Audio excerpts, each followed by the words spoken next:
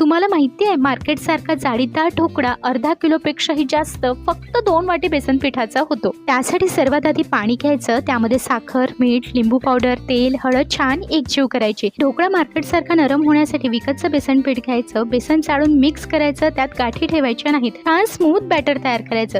Batter तयार झालं की त्यावर झाकण ठेवून 10 मिनिट बाजूला ठेव। पाण्यात साखर मिक्स करून शुगर सिरप तयार करून घ्यायचं। तडक्यासाठी तेल गरम झालं की मोहरी, हिरवी मिरची, कढीपत्ता मस्त तेलावर परतवून घ्यायची। ज्या भांड्यात ढोकळा स्टीम करायचा असेल त्याला तेल लावून पाणी गरम करायला ठेवायचं। पाणी गरम झालं की बॅटरमध्ये सोडा, बेकिंग पावडर घालून एकाच बाजूला फिरवत छान फेटून घ्यायचं।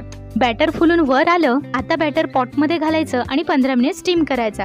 ढोकळा स्टीम झाला की थंड झाल्यानंतर हवा असलेल्या आकारात कट करून त्यावर शुगर सिरप, हिरव्या मिरचीचा तडका आणि कोथिंबीर घालायची। आपला मस्त जाळीदार ढोकळा तयार आहे। रेसिपी आवडली तर लाईक करा, शेअर करा आणि सबस्क्राईब केलं नसेल तर नक्की करा।